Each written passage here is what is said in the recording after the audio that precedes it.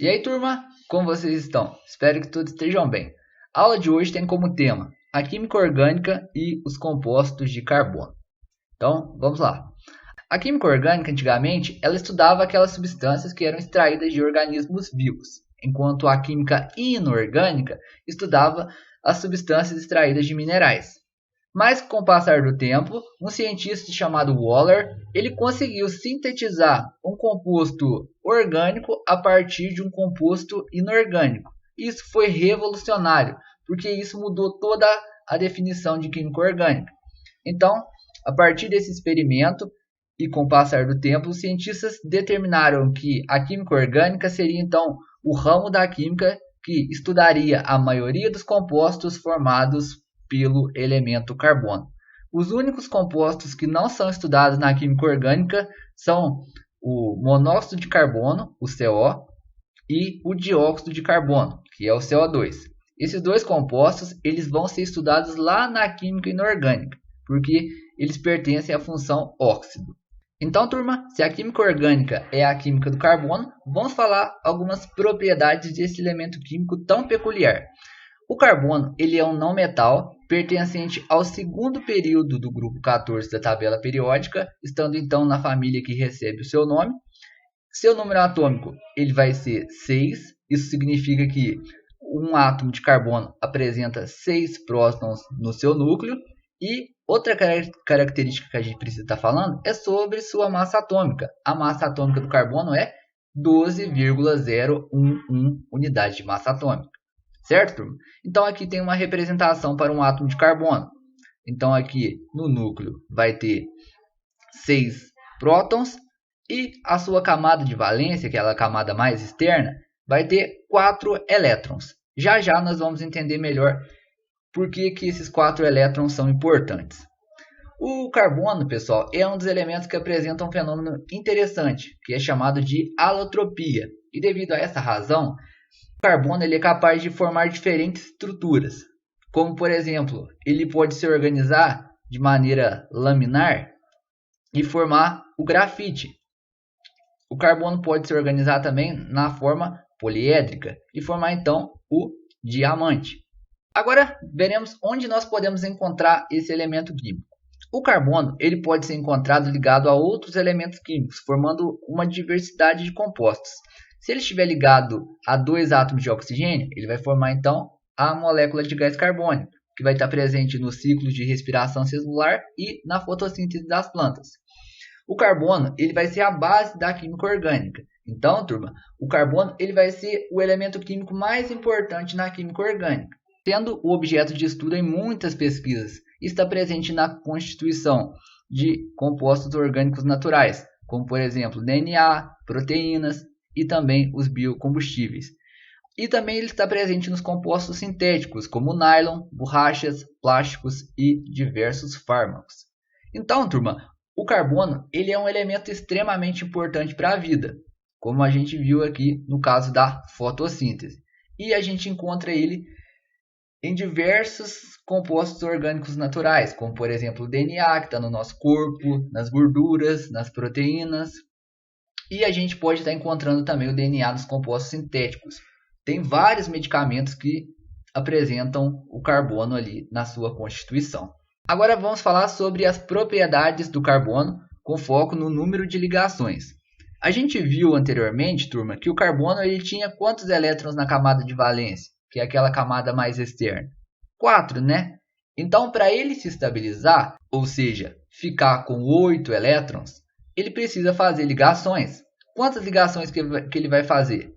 Ele vai fazer, então, turma, 4 ligações covalentes. Lembrando que ligações covalentes são aquelas ligações onde ocorre o compartilhamento de elétrons, certo? Então, na química orgânica, nós só veremos o carbono fazendo essas ligações covalentes, ok? Então, aqui ó, a gente tem o átomo de carbono ligado a 4 átomos de hidrogênio. Então, cada hidrogênio vai compartilhar um elétron com o carbono. E o carbono ele já tem 4, então ele vai ficar com 8 elétrons e dessa maneira ele vai se estabilizar. Então, turma, o carbono ele vai fazer 4 ligações. Como que vão ser essas ligações? Essas ligações elas podem ser simples, duplas ou triplas. Então, um carbono ele pode fazer 4 ligações simples, ele pode fazer 2 ligações simples e uma dupla, ele pode estar fazendo 2 duplas ou ainda uma ligação simples e 3 e uma ligação tripla na verdade, certo? Então, prestem bastante atenção nisso. O carbono ele só vai fazer 4 ligações. Isso é muito importante em toda a química orgânica. Jamais vocês podem estar esquecendo isso. Agora vamos falar sobre as cadeias carbônicas. Graças a seu baixo raio atômico, o carbono tem a capacidade de formar diversas cadeias carbônicas, permitindo a criação de diversos compostos, citando como exemplo os combustíveis derivados do petróleo, formados em sua maioria por átomos de carbono e hidrogênio.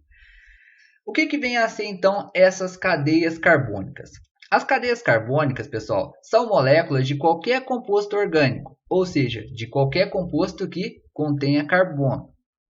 E elas vão ser constituídas por um conjunto de átomos de carbono e heteroátomos, que são átomos que não são carbono, e elas podem ser classificadas de acordo com alguns critérios que nós vamos ver já já.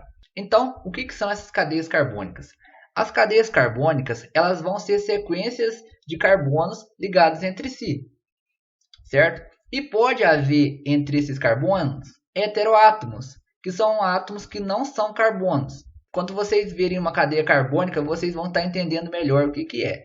Então, bora continuar. Como que nós vamos representar então os compostos orgânicos? A gente pode representar os compostos orgânicos através das fórmulas moleculares. Nas fórmulas moleculares, a gente representa os elementos químicos que compõem aquele composto e representa também o número de átomos desse elemento. Por exemplo, nessa representação aqui do metano, essa molécula ela é formada por um átomo de carbono e 4 átomos de hidrogênio, certo? Outra maneira da gente estar representando os compostos orgânicos é através da fórmula estrutural plana. Na fórmula estrutural plana, a gente vai representar em um plano todas as ligações que o carbono vai estar fazendo. Dessa maneira aqui, ó, certo? Então aqui nós temos a representação da fórmula estrutural plana. E existe ainda a fórmula estrutural condensada. Na fórmula estrutural condensada, a gente vai ocultar ligações simples, duplas e triplas. E a gente vai só deixar as ligações que o carbono vai estar fazendo com outros carbonos. Tá joia? Por exemplo, observem aqui a fórmula estrutural plana. Na fórmula estrutural plana está representado aqui a ligação com os hidrogênios. Já na fórmula estrutural condensada, essas ligações elas são simplificadas da seguinte maneira. Então, nesse carbono aqui, tem 3 hidrogênios ligados. Então, a gente coloca aqui, ó, H3, certo? Então, ó, ao observar isso, vocês precisam estar entendendo que esse carbono aqui, ele está ligado a 3 hidrogênios, certo? E, por exemplo, esse outro carbono aqui, ele está ligado a 2 hidrogênios. Então, a gente coloca ali H2. Mesma coisa para esse carbono. Está ligado a 2 hidrogênios. A gente coloca também H2. E a gente vai fazendo isso para os outros carbonos que estão ligados com hidrogênio. A gente vai simplificando essas ligações simples que eles estão fazendo. E outra maneira da gente estar representando os compostos orgânicos é através do uso da fórmula de bastão ou fórmula de linha. Nesse tipo de fórmula, vai ocorrer a simplificação das ligações, de modo que vai se omitir os grupos carbono, CH, CH2 e CH3. E a gente vai estar representando então essas ligações por meio de traços, certo? Então prestem bastante atenção nesse ponto aqui, ó. As pontas, bem como as pontas das inflexões correspondem a átomos de carbono. Então, observem essa fórmula estrutural condensada aqui. A gente vai representar esse composto dessa maneira aqui. Observem que a gente sumiu com os grupos CH3, com os grupos CH2 aqui no composto. E a gente representou apenas por traços, certo? Ó, aqui tem um grupo CH3, aqui tem um grupo CH2, aqui tem um grupo CH2 e aqui vai ter um grupo CH3.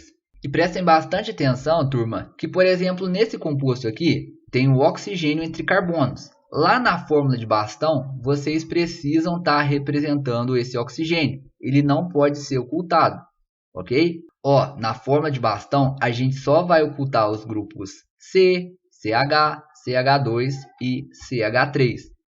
Se tiver outros grupos, a gente precisa estar representando eles lá na fórmula de traços. Belezinha? Agora vamos falar sobre a classificação do carbono quanto ao número de ligações. Quando um carbono ele estiver ligado somente a outro átomo de carbono, a gente vai chamar esse carbono de carbono primário. Quando um carbono estiver ligado a dois outros átomos de carbono, a gente vai chamar esse carbono de carbono secundário.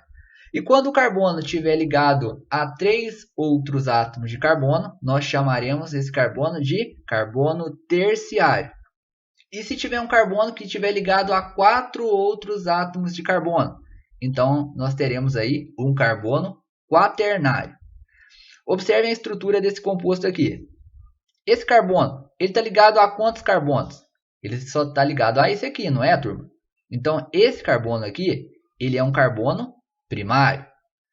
E esse carbono aqui, ele está ligado a 2 outros átomos de carbono. Então, ele é um carbono secundário. Esse carbono aqui, ele está ligado a esse carbono, a esse e a esse. Então, ele está ligado a 3 outros átomos de carbono. Então, ele é um carbono terciário. E por fim, esse carbono aqui, ele está ligado a esse carbono, a esse carbono, a esse carbono e a esse carbono. Então, ele é um carbono quaternário. E outra coisa que a gente pode estar falando sobre o carbono é que ele pode ser classificado com base no número de ligações que ele vai estar fazendo. Quando o carbono ele estiver fazendo somente ligações simples, esse carbono então é chamado de carbono saturado. Se o carbono ele estiver fazendo ligações duplas ou triplas, ele vai ser então um carbono insaturado. E é importante a gente destacar o seguinte: quando só houver ligações simples, então ali só vai existir ligações sigma. Quando existe ligação dupla, então ali vai existir uma ligação sigma e uma ligação pi. Quando estiver ocorrendo uma ligação tripla, vai ter 2 ligações pi e uma ligação sigma. Então vocês podem estar entendendo ainda que carbono saturado são aqueles carbonos onde só vão existir ligações sigma, enquanto nos carbonos insaturados vai existir pelo menos uma ligação pi entre carbonos. Então, galera, vamos analisar essa cadeia carbônica aqui. Esse carbono aqui, ele é saturado ou insaturado? Ele é saturado, porque ele só está fazendo ligações sigma com os outros carbonos, certo? Ele só está fazendo ligações simples. Então, por estar fazendo ligações simples, esse carbono aqui, ele é saturado. E já esse carbono aqui, ele vai ser saturado? Não, né, turma? Porque ele está fazendo aqui, ó, uma ligação dupla. Se ele estiver fazendo uma ligação dupla ou tripla, ele vai ser, então, um carbono insaturado. E esse carbono aqui, turma, ele vai ser também carbono insaturado, porque ele está fazendo uma ligação dupla com esse outro átomo de carbono. Então, por hoje é só. Peço que vocês façam os exercícios da semana 5 do PET volume 2. E se vocês ficaram com alguma dúvida, tirem suas dúvidas comigo lá pelo nosso grupo do WhatsApp ou pelo privado. Bons estudos a todos, até a próxima então e valeu!